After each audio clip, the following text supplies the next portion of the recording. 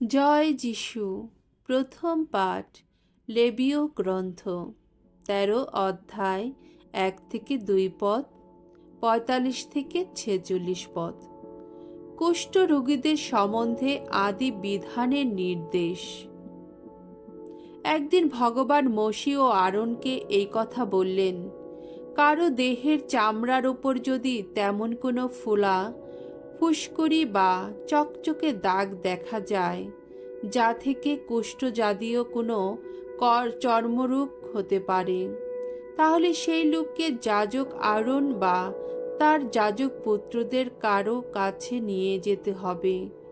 যে লোক কুষ্ঠজাতীয় কোনো রোগে আক্রান্ত, তাকে ছেঁড়া জামাকাপড় পরে থাকতে হবে, মাথার চুল অগোছালো রাখতে হবে এবং ওপরের ঠোঁট পর্যন্ত মুখ ঢেকে রাখতে হবে।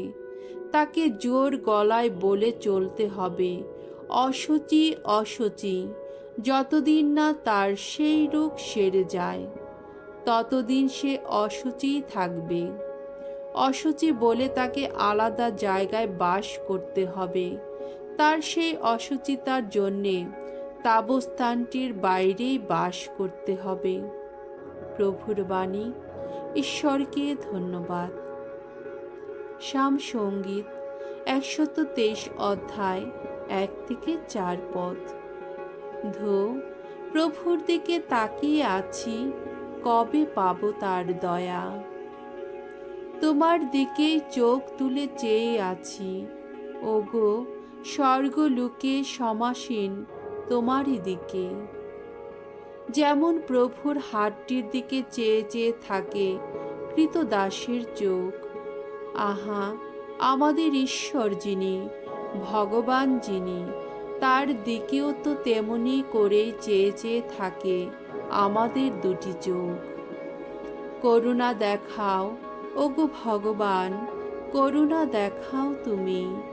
জানো তো, শুধুই পেয়েছি আমরা অসহ্য অবহেলা, পেয়েছি আমরা আত্মতৃপ্ত যত মানুষের অসহ্য উপহাস, গর্ভোদ্যত যত মানুষের অসহ্য অবহেলা।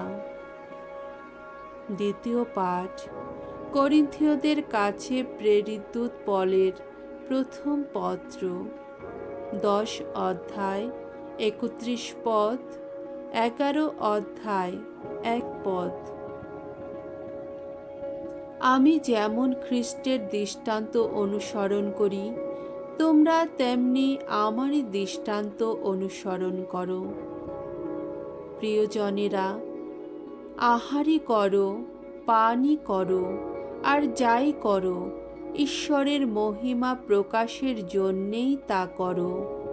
ইহুদি হোক বা বিধর্মী হোক, কিংবা ঈশ্বরের ভক্ত মণ্ডলীর কোনো মানুষই হোক, কারো ধর্মবোধে আঘাত দিও না, যেমন আমিও দিই না। সব বিষয়ে আমি সকলকে সন্তুষ্ট করতে চেষ্টা করি, আর তা করি নিজের স্বার্থে নয়, 10 জনেরই স্বার্থে, যাতে তারা পরিত্রাণ লাভ করে। আমি যেমন খ্রিস্টের দৃষ্টান্ত অনুসরণ করি, তোমরা তেমনি আমারই দৃষ্টান্ত অনুসরণ করো। প্রভুর বাণী। ঈশ্বরকে ধন্যবাদ। বাণী বন্দনা। জয় জয় প্রভুর জয়। আমাদের মধ্যে একজন মহাপ্রবক্তা আবির্ভূত হয়েছেন। ঈশ্বর তার আপন জাতিকে আজ দেখা দিয়ে গেলেন। জয় জয় প্রভুর জয়।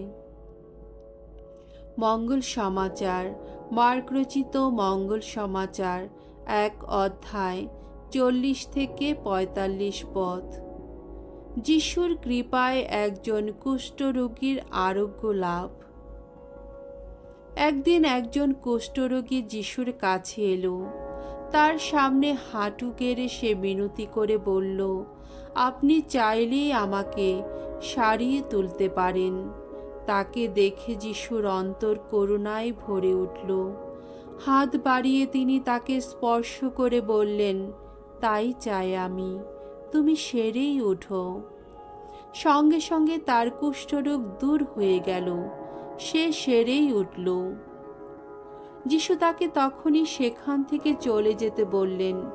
কঠোরভাবে তাকে সতর্ক করে দিয়ে তিনি বললেন, দেখো, কাউকে কিছুই বলো না যেন, বরং যাও, যাজকের কাছে গিয়ে নিজেকে একবার দেখাও, আর তুমি যে সেরে উঠেছ তার জন্যে মসির নির্দিষ্ট নৈবেদ্য উৎসর্গ করো।